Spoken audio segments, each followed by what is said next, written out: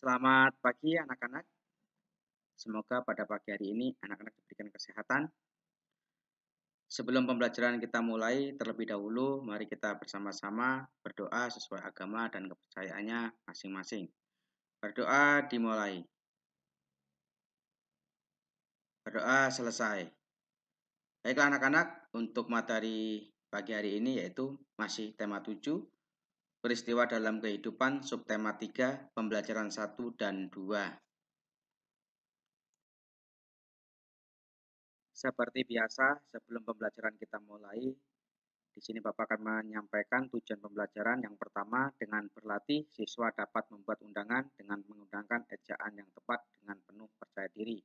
Yang kedua, dengan membaca, siswa dapat mengidentifikasi kegiatan-kegiatan dalam mengisi kemerdekaan. Yang ketiga, dengan mencari tahu, siswa dapat memahami peristiwa pengkristalan dengan penuh kepedulian. Yang keempat, dengan membaca, siswa dapat mengidentifikasi ragam seni rupa daerah dengan penuh kepedulian.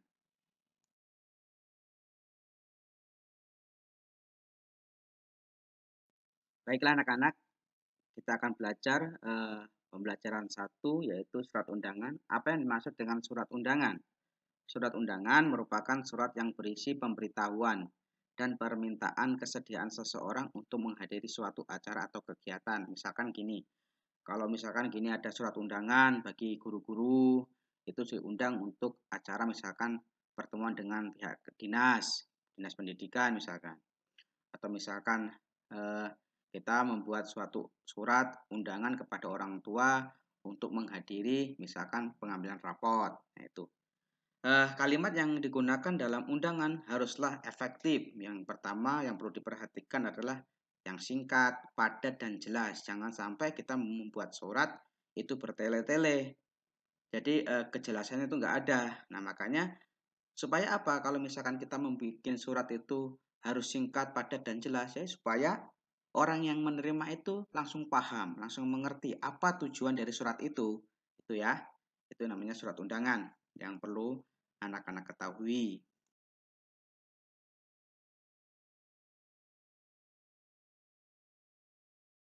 Berdasarkan kepentingan acaranya, surat undangan dibedakan atas 3 jenis. Yang pertama, undangan resmi. Undangan resmi adalah undangan yang mengatasnamakan sebuah instansi atau organisasi dan kedinasan.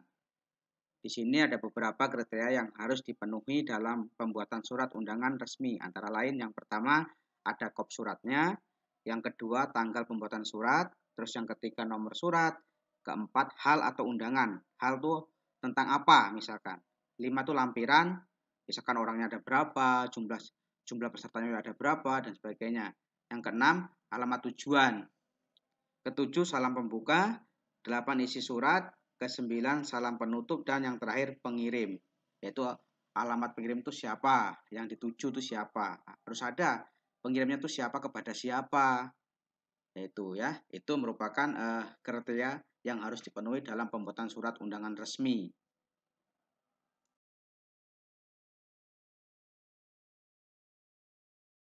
Baiklah anak-anak, di bawah ini ada salah satu contoh surat resmi. Di sini ada yang pertama kan harus dilihat ada logo ya, ada logonya, ada kopnya ya, logo kopnya. Ini logo kopnya yaitu logo kopnya adalah Tuturi Handayani. Di sini menjelaskan bahwa Kementerian Pendidikan Kebudayaan. Nah ini. Terus di sini ada nomor suratnya itu berapa, garing berapa tahun. Terus di sini perihal. Perihal itu tentang apa? Membahas tentang apa surat ini? Di sini terus ada tanggal, bulan, dan tahun penerbitan. Di sini terus ditunjukkan kepada siapa di sini. Terus di sini bawahnya adalah isinya, isi dari surat tersebut. Nah, ini merupakan salah satu contoh dari surat resmi. Yang kedua adalah undangan setengah resmi. Undangan setengah resmi adalah undangan yang ditunjukkan ke perorangan maupun instansi atau organisasi. Sebagai contoh, kalau misalkan dari pihak sekolah memberikan undangan kepada orang tua siswa untuk hadir di acara misalkan pembahasan tentang kenaikan kelas. Nah, itu kalau surat setengah resmi mah nggak ada kopnya nggak apa-apa, nggak ada suratnya. Yang penting dari situ ada namanya, ada nomornya, tapi kopnya nggak ada.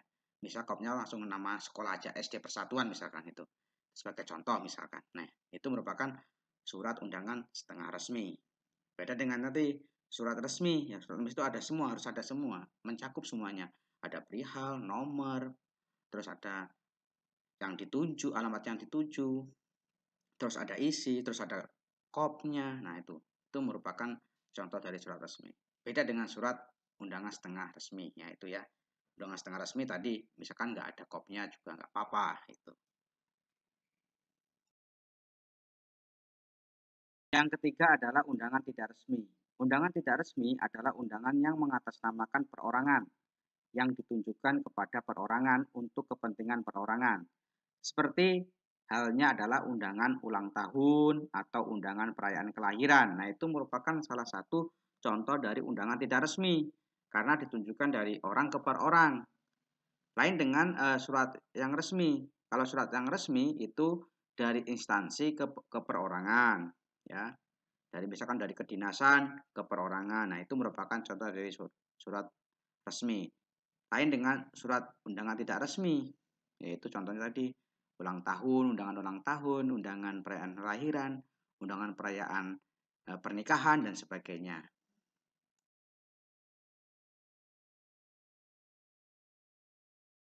Berikut peristiwa-peristiwa menyublim. Menyublim adalah perubahan wujud dari benda padat menjadi gas. Pada peristiwa ini, zat memerlukan energi panas. Perubahan wujud ini disebabkan oleh peningkatan suhu yang dialami benda tersebut. Berikut contoh-contoh peristiwa menyublim.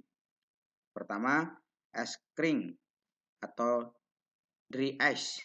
Es kering merupakan CO2 yang dibekukan sehingga menjadi padatan es. Pada temperatur ruang, es ini akan menguap membentuk gas CO2 yang sering digunakan sebagai efek dalam panggung pertunjukan dan film-film. Yang kedua adalah kapur barus.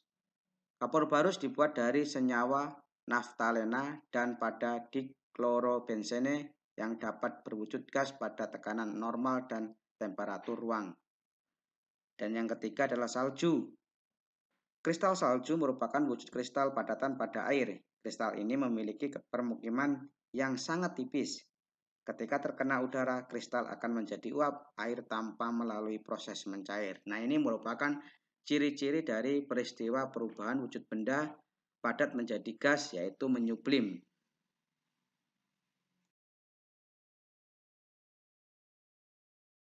Materi selanjutnya yaitu mengisi kemerdekaan. Indonesia telah merdeka dan kedaulatan telah diakui oleh semua negara.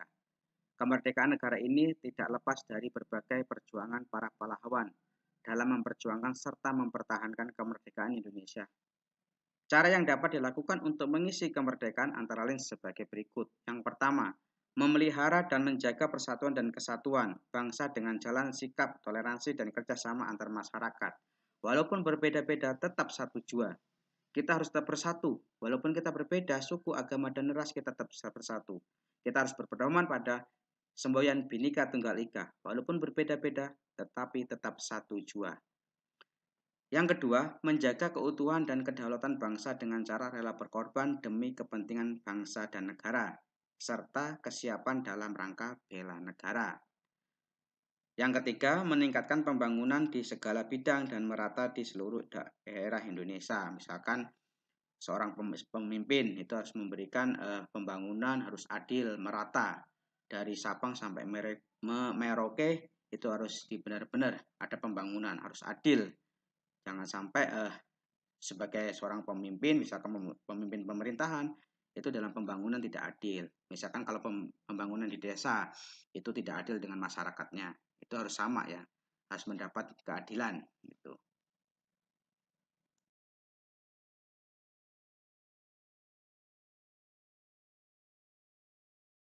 Materi selanjutnya yaitu pembelajaran 2. Di sini Bapak akan membacakan sebuah teks yaitu tentang peran pelajar dalam mengisi kemerdekaan. Pelajar adalah salah satu kelompok warga negara yang berperan dalam bertugas untuk mengisi kemerdekaan. Pelajar menjadi bagian dari pemuda bangsa yang menjadi penerus bangsa Indonesia sebagai generasi penerus. Pelajar dituntut untuk bekerja keras dan belajar dengan giat demi meningkatkan kualitas dirinya. Generasi penerus bangsa diperlukan untuk memajukan bangsa itu sendiri. Dalam buku Nasionalisme and Revolution in Indonesia tahun 2003 oleh Benedict R. Tugas warga negara Indonesia dalam mengisi kemerdekaan adalah meneruskan pembangunan negara Indonesia agar sejajar dengan negara-negara maju yang lain. Sebagai pelajar harus dapat meneruskan cita-cita para pahlawan. Sebagai pelajar, hal utama yang dilakukan adalah belajar dengan tekun dan menuruti nasihat orang tua. Contoh kegiatan sekolah yang membutuhkan gotong royong dengan belajar tekun, maka pelajar akan menjadi pandai dan kepandaian tersebut dapat memajukan negara Indonesia. Sikap rajin belajar ini akan memajukan pelajar dari berbagai kegiatan negatif yang dapat menimbulkan masalah dalam masyarakat maupun keluarga. Nah, jadi peran penting bagi generasi penerus bagi pelajar itu sangat penting. Karena itu sebagai generasi penerus bangsa, yaitu yang meneruskan para pahlawan yang telah gugur mendahului kita. Kita sebagai generasi penerus, sebagai pelajar terutama, kita harus belajar dengan giat supaya kita menjadi orang yang pandai, orang pintar, ya. Terus yang utama, kita tidak boleh membantah apa yang dikatakan oleh orang tua. Orang tua harus kita patuhi, karena orang tua kita sebagai jalan penunjuk hidup kita. Kalau nggak ada orang tua kita, maka kita akan hidup selalu bebas ya, bebas tapi dalam hal yang negatif. Tapi kalau misalkan ada orang tua, kalau misalkan kita berbuat jahat atau salah, kita dinasehati, kita dikasih pengertian. Terus kita harus hidup saling bergotong royong di masyarakat, saling membantu. Misalkan gini, kalau di sekolah, kalau misalkan kita ada kegiatan yang harus dilakukan bersama-sama, kita harus lakukan bersama-sama. Terutama adalah generasi penerus adalah selalu belajar, belajar dan belajar. Supaya apa? Supaya kalau kita misalkan menjadi anak yang pandai, anak yang pintar, maka kita tidak akan tertindas dengan orang-orang yang memiliki kepandaian di atas kita. Kalau kita memiliki suatu kepandaian atau kepintaran, maka orang tidak akan pernah meremehkan kita. Nah, ini tugas kita sebagai generasi penerus ya. Jadi tugas besar bagi pelajar itu sangat luar biasa. Harus diperjuangkan dengan benar-benar. Cita-cita para pahlawan harus diteruskan. Jangan sampai mentok di sini. Jangan sampai mentok di sini kegiatan atau jasa pahlawan yang telah gugur mendahului kita itu sia-sia. Jadi kita sebagai generasi penerus harus benar-benar belajar dengan giat. Supaya apa? Di tahun dan akan kedepannya, 5 tahun kedepannya, kita tidak tahu apa perkembangan zaman ini. Kalau kita tidak memiliki kemampuan, maka kita akan ketinggalan. Kita harus belajar tentang teknologi, kita harus belajar. Sebagai generasi penerus, sebagai pelajar, harus benar-benar belajar tentang teknologi. Jangan sampai teknologi tidak tahu. Ya, karena ke depan, teknologi ini semakin kencang, semakin cepat perkembangannya. Kalau kita tidak bisa mengikuti, maka kita akan ketinggalan. Kita akan menjadi orang yang tidak tahu apa-apa. Itu saja. Anak-anak harus benar-benar belajar dengan giat supaya bisa menjadi kebanggaan bagi orang tua, nusa, bangsa, dan negara. Itu ya. Berikut wujud peran pelajar. Wujud peran pelajar dilansir dari situs resmi Kementerian Pendidikan dan Kebudayaan Republik Indonesia. Peran pelajar dalam mengisi kemerdekaan dapat diwujudkan dengan yang pertama, mengikuti upacara di sekolah dengan disiplin. Nah, misalkan kalau ada upacara, kita harus mengikuti dengan tertib. Jangan sampai kalau misalkan kita mengikuti upacara pada saat kita hormat bendera, menyanyikan lagu Indonesia Raya, kita main-main. Itu tidak boleh. Berarti kita tidak disiplin. Yang kedua, mematuhi tata tertib sekolah dengan bertanggung jawab. Nah, ini kalau misalkan di sekolah ada tata tertib, kita harus kita taati ya. Jangan sampai kita selalu melanggar. Misalkan kalau di sekolah kita berangkat jam 7, masuk jam 7, berarti jam 7 kurang kita sudah sampai sekolah. Jangan sampai setiap hari terlambat. Itu berarti kita tidak bertanggung jawab ya. Kita tidak bertanggung jawab atas tata tertib yang ada di sekolah. Yang ketiga, mengikuti kegiatan pelajar mengajar dengan tekun. Nah, ini pada saat belajar, Bapak Ibu guru sedang menjelaskan, tolong diperhatikan. Jangan sampai datang dari rumah ke sekolah, anak-anak cuma bermain, tetapi tidak mendapat ilmu. Tapi kalau anak-anak memperhatikan guru atau bapak ibu guru sedang menjelaskan, maka anak itu akan menjadi bisa pintar ya, bisa mengetahui apa yang disampaikan oleh bapak ibu guru itu bisa dimengerti, bisa bisa dipahami. Tapi kalau anak-anak gurunya sedang menjelaskan malah asik bermain, bercanda dengan temannya, itu adalah tidak baik. Hal-hal yang harus kita jauhi, hal-hal yang buruk ya, itu tidak boleh dilakukan. Terus yang keempat, menjaga nama baik sekolah di dalam maupun di luar gedung. Nah, ini kalau misalkan kita harus membawa nama baik sekolah. Sebagai contoh di sekolah kita sering misalkan ada perlombaan-perlombaan, misalkan lomba olimpiade, itu dia mendapat juara. Itu berapa membawa nama baik sekolah.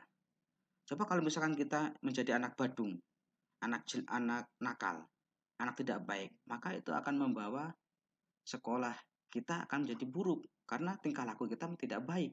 Wah, ini anak ini dari sekolah ini tuh jelek sifatnya. Wah, gimana sekolahnya? Anak-anaknya seperti ini. Nah, itu jangan sampai kita menjelekkan nama baik sekolah itu. Terus yang kelima, aktif dalam kegiatan sekolah seperti pramuka. Nah, ini kalau misalkan ada kegiatan pramuka, itu harus aktif. Nah, berhubung sekarang di masa pandemi ini, anak-anak belajar pramuka belum ada karena belum bisa secara bersama-sama melakukan kegiatan pramuka ya, misalkan selalu berkelompok berkumpul, kan biasanya kalau pramuka itu berkumpul dan berkelompok ya. Jadi untuk saat ini kita istirahat dulu, tapi tidak mengurangi rasa semangat kalian, harus belajar, tetap belajar. Terus yang keenam, mengerjakan tugas-tugas sekolah atau PR dengan tanggung jawab di rumah. Nah ini jangan sampai kalau kalian diberikan tugas atau diberikan PR oleh guru, bapak ibu guru yang mengerjakan orang tua. Nah, itu berarti kalian tidak memiliki tanggung jawab. Kalau kalian memiliki tanggung jawab, berarti apapun yang diberikan oleh bapak ibu guru di sekolah dikerjakan. Kalau misalkan diberikan PR harus dikerjakan. Misalkan gini, kalau anak-anak pulang dari sekolah udah diberikan PR, langsung udah sampai rumah, tasnya taruh sebentar, makan dulu, setelah makan baru dikerjakan PR-nya. Jadi nanti kita udah santai gitu. Jangan sampai mengerjakan PR itu malam-malam nanti. Nanti ya kalau nggak lupa, kalau lupa, nah itu kita yang rugi. Nah itu ya. Yang ketujuh, mengenal dan menghormati pahlawan. Nah ini para pahlawan harus kita hormati ya. Pahlawan-pahlawan yang telah gugur mendahulu kita harus doakan. Semoga mereka dapat diterima di sisi Tuhan dengan baik ya. Kita sebagai generasi penerus harus memperjuangkan cita-cita dari para pahlawan itu sendiri. Jangan sampai kita menjadi anak yang bodoh, jadi anak yang tidak baik ya. Kita harus mengikuti cita-cita dari para pahlawan itu. Terus yang ke-8, mengenal tradisi, budaya dan senantiasa melestarikannya. Ini nih, budaya-budaya yang harus kita ketahui, harus kita kembangkan, kita lestarikan. Ya, misalkan kita tinggal di Sukabumi, berarti tinggal di Jawa Barat, berarti kita harus melestarikan budaya-budaya yang ada di Jawa Barat. Ya, itu yang harus dilestarikan itu.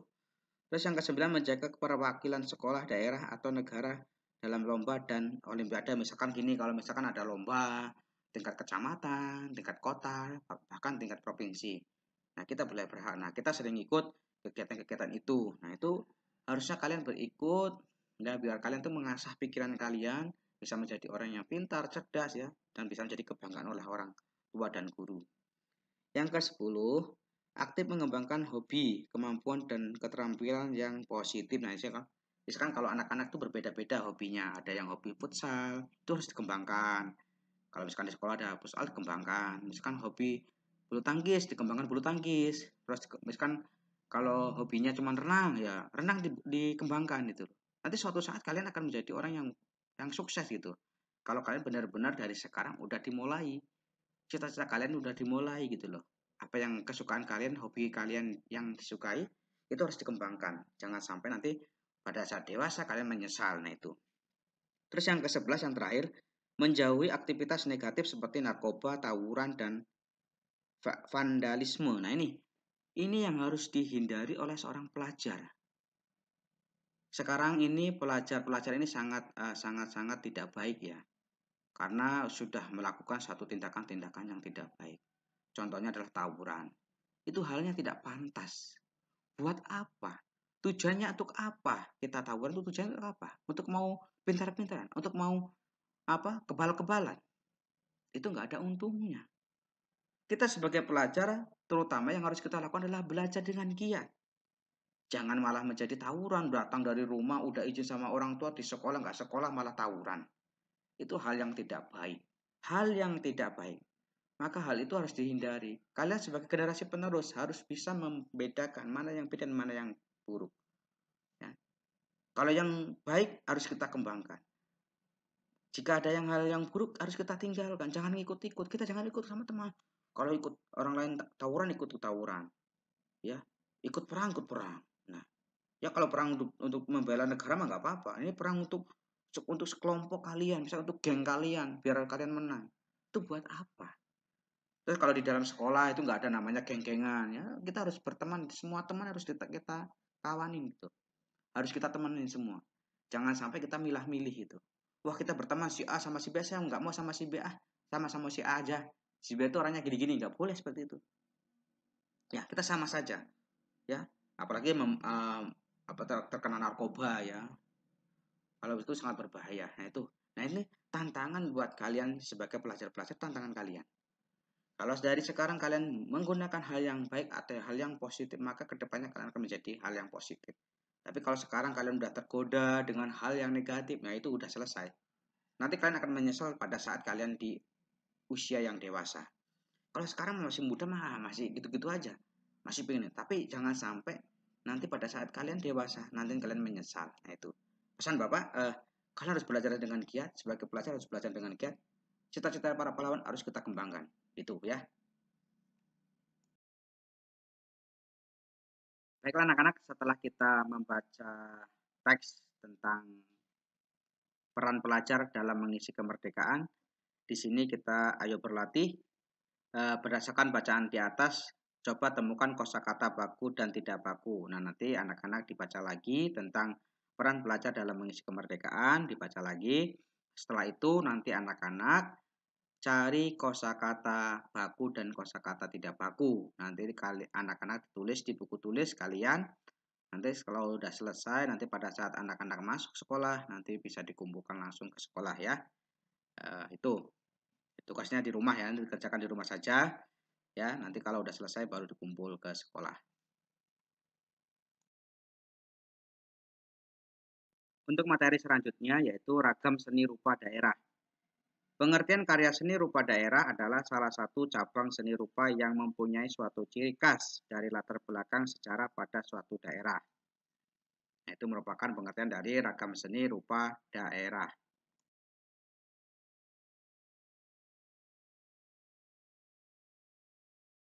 Berikut karya seni rupa telah diwariskan secara turun-temurun. Seni rupa daerah dapat berupa yang pertama, seni kriya. Seni kriya merupakan seni kerajinan dalam membuat benda-benda pakai berdasarkan kegunaan dan keindahan dalam kehidupan sehari-hari. Sebagai contoh seni kriya, yang pertama adalah seni tekstil berupa batik, yang kedua songket, yang ketiga tenun, dan yang keempat seni anyaman. Di sini ada batik, ada songket, ada gambar tenun, dan seni anyaman. Di sini adalah salah satu contoh seni kriya yang berasal dari daerah Jawa Barat, yaitu membuat anyaman, yaitu anyaman untuk menaruh nasi, untuk menampi beras, dan sebagainya. Nah, ini merupakan salah satu kearifan lokal yang ada di Jawa Barat, yaitu dalam bentuk seni kriya, yaitu dalam seni anyaman. Itu harus dipahami oleh anak-anak dan setiap daerah itu berbeda-beda. Ya, daerah Jawa Barat, Jawa Tengah, Sumatera itu berbeda-beda seni krianya.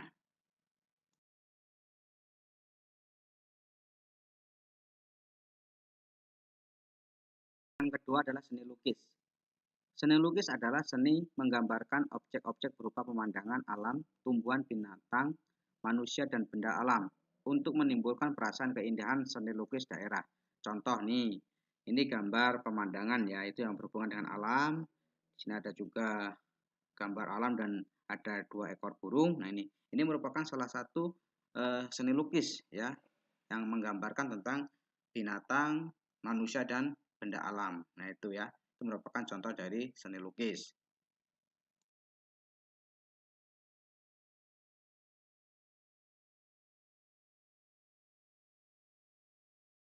Karya seni yang ketiga adalah seni patung. Seni patung adalah seni membuat bentuk manusia atau binatang dengan bahan yang lunak atau bahan keras.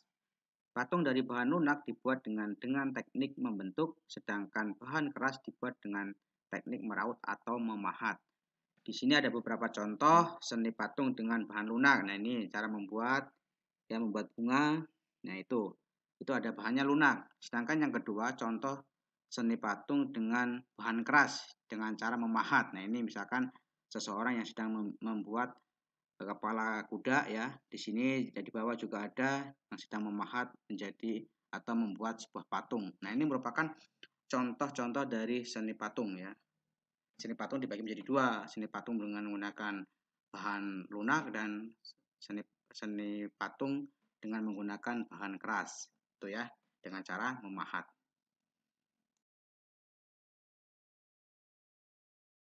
Baiklah anak-anak, setelah kita belajar tentang jenis-jenis karya seni rupa, di sini ada beberapa fungsi seni rupa daerah sebagai berikut. Yang pertama, sebagai sarana ritual keagamaan. Yang kedua, sebagai sarana pendidikan moral masyarakat. Yang ketiga, sebagai sarana pengungkapan ekspresi pribadi. Dan yang terakhir, sebagai sarana untuk mengenang suatu peristiwa tertentu. Nah, ini merupakan fungsi dari seni rupa daerah. Itu, ya. Kalau anak-anak dipahami, pembelajaran ini semoga bisa bermanfaat buat anak-anak. Demikian pembelajaran pada pagi hari ini. Semoga dengan apa yang Bapak sampaikan bisa bermanfaat buat anak-anak. Dan semoga anak-anak selalu giat belajar.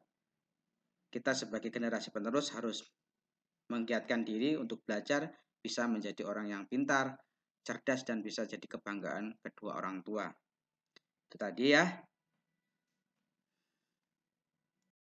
Baiklah anak-anak, seperti biasa di akhir pembelajaran pada pagi hari ini ada evaluasi pembelajaran. Di sini ada 5 soal, silakan kerjakan, salin di buku tulis kalian, lalu dikerjakan dengan benar.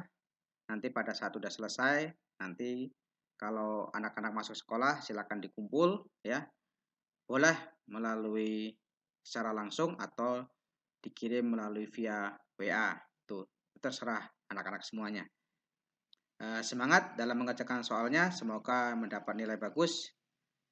Sampai ketemu di pembelajaran berikutnya.